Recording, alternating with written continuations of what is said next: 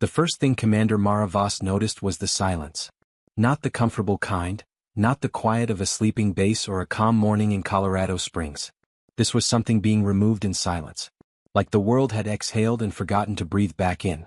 She was standing on the roof of UNDF headquarters when it happened. Coffee in hand. Watching the sunrise paint the Rockies in burnt orange and rose gold. She had 11 minutes before her 0600 briefing. 11 minutes that she had protected fiercely, the way soldiers protect the small rituals that keep them human. Then the sky cracked. Not an explosion. Not a sonic boom. Something quieter and more wrong than either of those things. A sound like every radio frequency on Earth being tuned simultaneously to the same dead channel. A white noise that lasted exactly 4 seconds, and then stopped. And where the sky had been blue and empty, there was now a shape. It hung above the atmosphere like a continent that had decided to go vertical. Massive. Gray-brown like old bone. Completely, utterly still. No engines that anyone could identify. No visible propulsion. No heat signature that Earth's satellites could measure with any confidence. It simply was, the way a mountain simply is, giving no apology for its existence. Mara didn't drop her coffee. That detail would later appear in every profile written about her. She didn't drop her coffee. People would say it meant she was fearless. What it actually meant was that her hands had stopped receiving signals from her brain.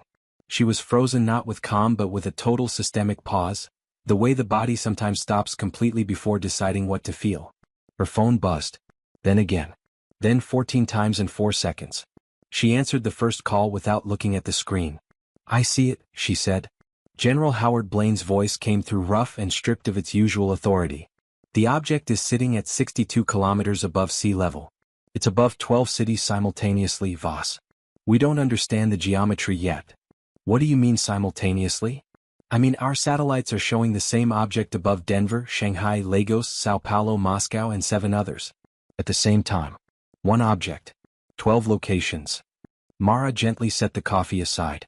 "That's not possible," she said, because someone had to say it. "No," Blaine agreed. "It isn't." Within 6 hours, every government on Earth with a functioning communication system was on the same encrypted channel. Within 8 hours they had all agreed, for the first time in recorded human history on anything at all, that no weapons were to be fired. Not yet.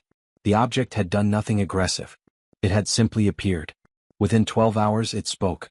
The transmission came through every device simultaneously. Phones, radios, televisions, laptops, the speakers of cars and the intercoms of hospitals. Even devices that were turned off.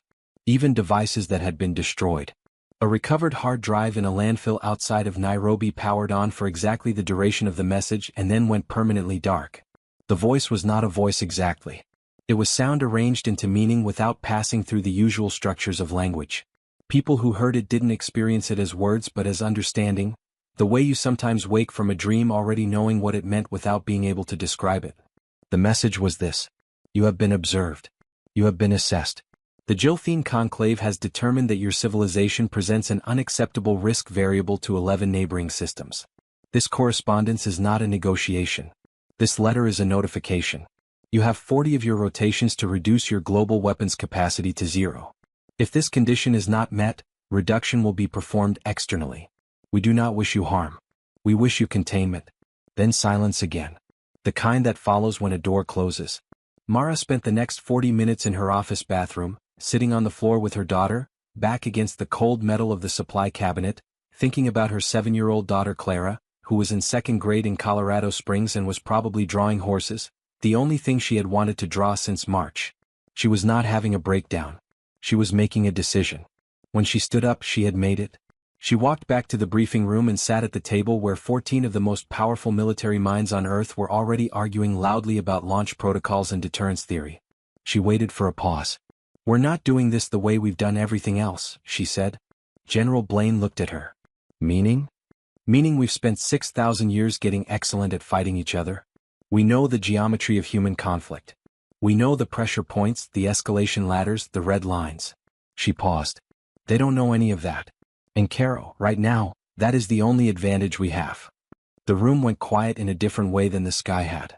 This was the silence of people who were beginning to think. The Gilthine did not have a word for grudge. This was not because they were a peaceful species. It was because their memory architecture, the biological structure through which they processed and stored experience, did not retain the emotional temperature of past events. They remembered facts. They did not remember wounds. Ambassador Siren 7, the Conclave's designated interface for what they internally classified as the Voss situation, had been studying human communication patterns for the equivalent of 3 Earth months before making contact. She, the pronoun was approximate. Gilthine existed in a perpetual state of biological flux that made gender a mostly irrelevant category, had reviewed 847 years of recorded human conflict. What she had concluded was reasonable, given her framework. Humans were dangerous because they were inefficient. They wasted enormous resources on conflict that produced no measurable systemic benefit. They fought over territory they couldn't fully use. They destroyed infrastructure they then had to rebuild. They killed members of their species over symbolic disagreements. From a Gilthine perspective, the issue was not cruelty. It was malfunctioning. What Siren 7 had not understood, because there was no data set that could have shown her this, was that the inefficiency was not incidental to humanity. It was load-bearing. The grudge. The wound remains unhealed. The memory retains its warmth for decades. These were not bugs in the human system. They were the engine. She would learn this, but not gently. Mara Voss requested direct communication with the Conclave on day 3. The request was processed in 11 seconds. Siren 7 appeared, materialized was the better word, in the secure chamber beneath UNDF headquarters that had been hastily retrofitted with whatever equipment the engineers thought might matter. Most of it didn't. The Gilthine presence required no special equipment. Siren 7 simply existed in the room, her form a slow shifting of layered translucent tissue, vaguely conical, 3 meters tall, with clusters of light-sensitive organs distributed across her upper third in patterns that changed every few minutes. She smelled like ozone and something else, something that several people in the room would later describe as the moment before you cry. Not sadness exactly. The physiological precursor to it. Mara had read every briefing. She sat across from the alien without flinching. "Thank you for agreeing to speak directly," she said. Siren 7's response came in the same modality as the original broadcast. Not words but meaning, arriving fully formed. "We agreed because refusal seemed inefficient. You would have found another method." "You're right," Mara said. "We would have." She let that sit for a moment. "I want to understand your concern. Do not argue against it yet. Just understand it." Pause. The light clusters on Siren 7's upper body rearranged into a configuration that the xenobiologists monitoring the room would later identify as something close to consideration. "Your species has demonstrated consistent escalation behavior. Each conflict produces new weapons. Each new weapon produces larger conflicts. The trajectory, extrapolated forward, intersects with your development of deep-range propulsion. At that point, your conflict patterns enter neighboring systems. Such behavior is unacceptable. You're afraid we'll export our wars. Fear is not a concept we apply to threat assessment. We have calculated a probability." Mara nodded slowly. "What's the probability?" 91.4% of that, within 6 of your centuries, indicates that human conflict will directly impact at least 3 neighboring systems. And disarming us drops that probability to what? 67%. Mara stared at her. "That's still most of a probability." "Yes, but it is a reduction. You'd destabilize our entire civilization for a 24-point reduction. We would stabilize your neighboring systems. Your civilization's internal stability is a secondary concern." Mara came back to that word later. Secondary. She lay on the narrow cot in her temporary quarters and stared at the ceiling and turned the word over like a stone, looking at what lived under it. Secondary. Not irrelevant. Not dismissed. Something else. That was, in its way, more frightening than hatred. Hatred she understood. It was warm. It meant you mattered enough to be hated. This was cold arithmetic. And humanity, in Siren 7's calculation, was a variable to be adjusted. Not a people. Not a civilization built from suffering and surviving and the long, painful work of learning, imperfectly, always imperfectly, to do better. A variable. She thought about Clara drawing horses. About what it meant that Clara would grow up in a world that had been assessed and ranked and nearly reduced, not by a conqueror, but by something that found conquest too emotionally expensive to bother with. A HFY, she thought. Something in her shifted from the cold precursor of fear to something older and quieter and far more dangerous. She knew what she was going to do. There are meetings that appear on no calendar. No recording. No transcript. No official acknowledgement. One of those took place on day 7, in a converted storage facility outside Geneva. 14 people attended. 8 of them were from nations that, in other contexts, had active territorial disputes with each other. 2 had been on opposite sides of unnamed operations at different times in their careers. Mara stood at the front. No slides. No visual aids. "Here's what we know," she said. "They are more advanced than us by a distance we can't currently calculate. Their technology operates on principles we don't understand yet. Nothing in any earthly arsenal can meaningfully target their ship, or ships, depending on its geometry." Silence. "Here's what else we know," she continued. "They have made a critical error. That got attention. They studied our conflicts. 847 years of them. Wars, genocides, arms races, proxy conflicts, Cold Wars, resource wars, they saw all of it." She paused. "And they concluded that our aggression is the problem. Isn't it?" Colonel Dmitry Volkov, sitting across the table, asked genuinely and without hostility. "In those conflicts, yes. But they missed the context." Mara walked slowly along the length of the table. "We didn't use aggression every time we faced something we couldn't fight directly, such as a plague, a famine, or an extinction event. We used something else. Cooperation," said Dr. Yemi Adeyemi, the Nigerian systems theorist who had been brought in 2 days earlier and hadn't slept since. "More specific than that," Mara said. "Adaptation. We bet. We found the gap in the problem and we put a human being through it. Not because we're brave, but because we have a very specific kind of stubbornness that looks like courage from the outside and feels like, I refuse to accept this, from the inside." She looked around the table. "They think they're dealing with our weapons. They're not. Our weapons are just the most visible symptom. What they're actually dealing with is the thing underneath the weapons. And they have no idea what that thing is because it doesn't show up in conflict data." "What is it?" Volkov asked. Mara thought about the word secondary, about Clara's horses. "This is about the cold arithmetic of a civilization that had never learned to hold a wound. The thing that makes a wound stay warm," she said. "The thing that doesn't let us forget." The plan that emerged from that room over the next 72 hours was not a military plan. It had no name officially. Unofficially, Adeyemi called it the argument, because what they were building was not a weapon or a defense. It was a case. The most comprehensive, ruthlessly honest, carefully constructed case that had ever been assembled for a single purpose. To make an alien civilization understand something about humanity that humanity had never had to explain before, because it had never needed to explain it to anyone but itself. They were going to make the Gilthine Conclave feel the weight of human memory. Not threaten them with it. Make them feel it. The deadline was 40 Earth rotations. On day 12, Mara delivered the first package. Not a weapon. Not a demand. A data transmission, but constructed unlike any data transmission the Conclave had received from Earth before. Not organized by category or chronology. Organized by emotional temperature. It began with a sound. A field recording from the Somme in 1916. What? Rang. The distant percussion of artillery. A voice, young British, barely audible, saying a name. Just a name. Over and over. A name that belonged to someone who was already gone. Then silence. Then a jump, Hiroshima. August 1945. The account of a survivor, a woman named Sumiko Kirihara, who had been 16 years old and had walked out of the rubble and spent the next 64 years of her life writing down everything she had seen so it wouldn't be forgotten. Then silence. Then the Apollo 8 Earthrise photograph.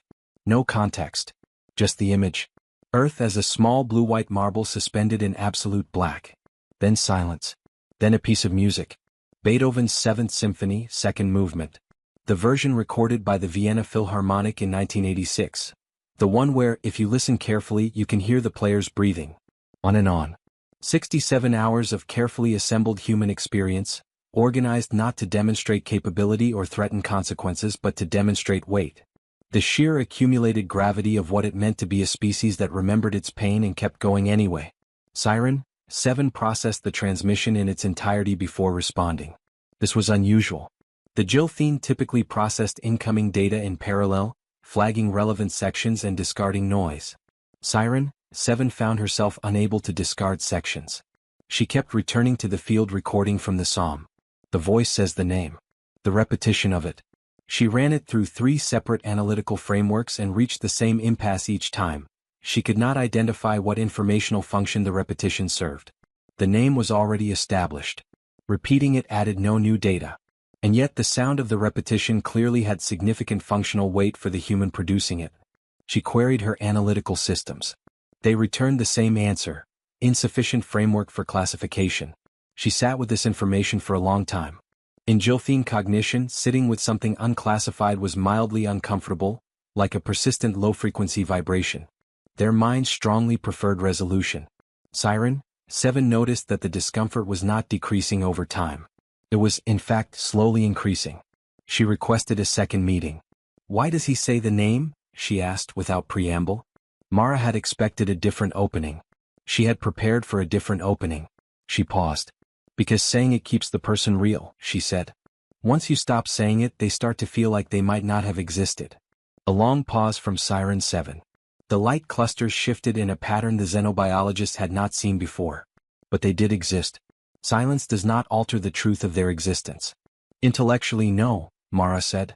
"But we're not made of intellect. We're made of something that needs to keep feeling the real things as real or we lose them." "Is inefficient." "Yes," Mara agreed. "It's also why we're still here."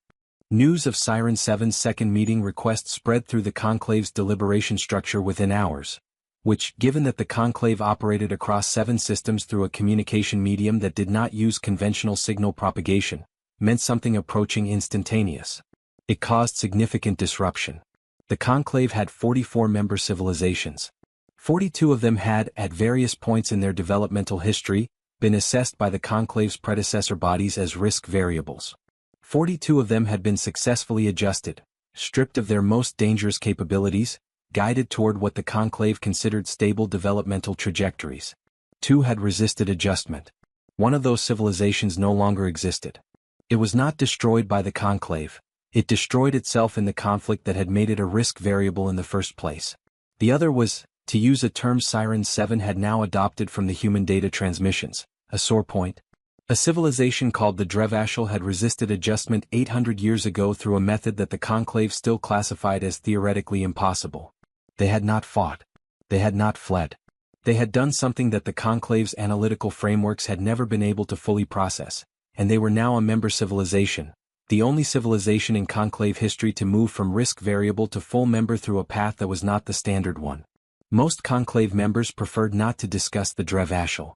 Siren 7 had now read everything available on the Drevashal 3 times. She was beginning to notice a pattern. The full conclave convened for a deliberation session on day 19. Siren 7 presented her report. She began not with analysis but with the field recording from the psalm. She played it in full. The mud. The rain. The artillery. The voice. The name repeated. 44 species sat with it in their various biological configurations. When it ended, there was silence. Not the enforced silence of protocol but the organic silence of things being processed. Then a conclave elder from the Veth collective spoke. "What is the functional purpose of this presentation element?" "I don't know," Siren 7 said. This caused more disruption than anything else she could have said. Conclave representatives did not, under any circumstances, open deliberation sessions with admissions of analytical failure. "You are presenting unclassified data?" "I am presenting data that my current frameworks cannot classify." "That is not the same as unclassified data." "It means my current frameworks are insufficient." More silence. "Proceed," said the elder. And so Siren 7 proceeded to do something that had not happened in 800 years of conclave deliberation. She presented a case not for adjustment but for pause. Not because the threat assessment was wrong. She believed the threat assessment was accurate. But she had begun to suspect that adjustment was not the right response to a civilization whose most dangerous quality was not its weapons. What wounds are for. On day 22, the conclave transmitted a question to Mara. Not a demand. Not a notification. A question. Your historical record contains 312 instances of civilizational near-extinction events, disease, conflict, and environmental collapse, from which your species recovered. In each case, recovery required significant resource expenditure and generational suffering. Given this pattern, why does your species not implement preventive systemic modification to reduce the frequency of these events? Mara read the question 4 times. She brought it to Adeyemi. He sat with it for a long time, then said, "They're asking why we don't fix ourselves." "Yes. And the answer is? The answer is complicated." "No," he said slowly. "I think the answer is actually basic. It's just that simple answers are sometimes the ones that are hardest to say. He wrote something on a piece of paper, actual paper which he'd started using on day 15 because he found the physical act of writing helped him think, and slid it across to Mara. She read it. She sat quietly for a moment. Then she drafted the response. The response to the conclave was 3 sentences. We know the pattern. We have always known the pattern. But a species that has never been allowed to fail has also never learned what it means to choose differently, and choice, not prevention, is the only modification that lasts. Siren 7 read the response 11 times. She ran it through every analytical framework available to her. She kept arriving at the same finding. The logic is internally consistent. She brought it to the conclave elder. The elder read it and said nothing for a long time. Then, the Drevashel said something similar. The retaliation nobody expected. On day 29, Earth retaliated. Not with weapons.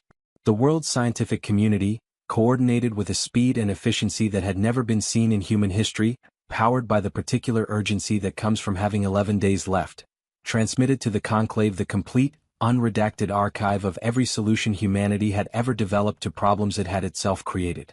The vaccines. The water filtration systems. The post-war reconstruction frameworks.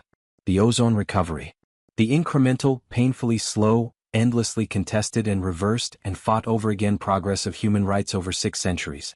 The 10,000 small moments where individuals chose, against their immediate interest, to do the thing that was harder and better. Not curated. Not cleaned up. Every failure included. Every reversal. Every moment where progress went backward before it went forward. And alongside it, transmitted on a separate channel Adeyemi's idea, the scientific papers. Mathematics. Physics. Biology. Not as a display of capability but as evidence of the thing underneath. Here is what a species does with its pain when it decides, in that particular human way, to turn suffering into inquiry. 3 of the 44 conclave civilizations had, at some point in their history, discovered the same mathematical principle that human beings called the Pythagorean theorem. All 3 had arrived at it through abstract deductive reasoning. Humans had arrived at it through trying to build things that didn't fall down. The difference seemed small. Siren 7 understood, after 40 hours of processing the archive, that it was not small at all. On day 31, something happened that had not occurred in conclave history. A member civilization requested to review Earth's archive. Then a second. Then, by day 33, 19 of the 44 conclave civilizations had made formal requests to access the transmission. Not because they needed human knowledge. Several of them were technologically centuries ahead of Earth. Because of the failures. They wanted the failures. The reversals. Moments of going backward. 11 of the 44 conclave civilizations had reached their current state through the standard path. Adjustment, guided development, and steady improvement. The conclave had prevented them from going backward, so they didn't have any history of doing so. They had been, in the conclave's terminology, stabilized.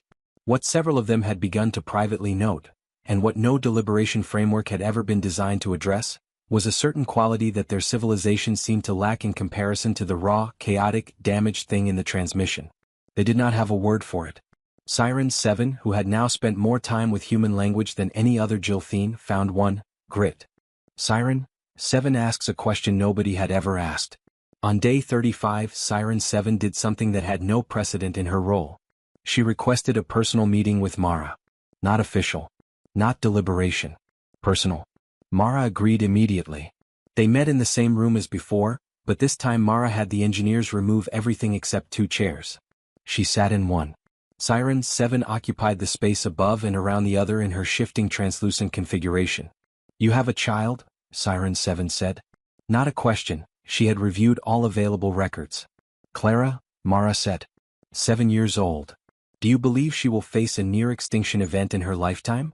Mara considered lying. Probably, she said. Not necessarily war. Climate maybe. A pandemic. Something we haven't named yet. Does this distress you? Yes. But you allow it. I don't have the option of preventing it, Mara said. Not all of it. Some of it, maybe. We work on some of it every day. If you could remove all future risk from her life, if you could guarantee her safety, would you? Mara opened her mouth. Closed it. Opened it again. No, she said finally. The light clusters on Siren 7's upper body shifted into the pattern that Mara had come to understand, over 35 days, as the Jilthine equivalent of stillness. Complete attention. Explain. Because she needs to learn what to do when things go wrong, Mara said. A version of Clara that has never faced something hard is actually less safe. She's more fragile. Because the thing that keeps you whole isn't the absence of damage. It's knowing you survived damage before. A long silence. We have protected 42 civilizations from damage. I know. You are suggesting that in doing so we may have... I'm not suggesting anything, Mara said quietly. I'm answering your question about my daughter. The conclave vote took place on day 38. 44 civilizations. A simple majority is required to proceed with Earth adjustment. 23 votes are needed. The session lasted 16 hours. Mara did not have access to the deliberations. She spent most of those 16 hours in her office, doing paperwork that didn't matter, because having something to do with her hands was the only way she knew to manage the specific kind of waiting that feels like standing at the edge of something. Adeyemi came in at hour 11 and sat across from her without speaking. At hour 14 he said, "Whatever they decide, what you put together was real. The archive. The transmissions. It was real. It might not be enough. It was still real." At hour 15, Mara stopped pretending to do paperwork and just sat looking at the photograph on her desk. Clara, age 4, at a beach in Oregon. Face completely serious. He examined a piece of seaweed with the concentration of someone discovering a new continent. HFY, she thought.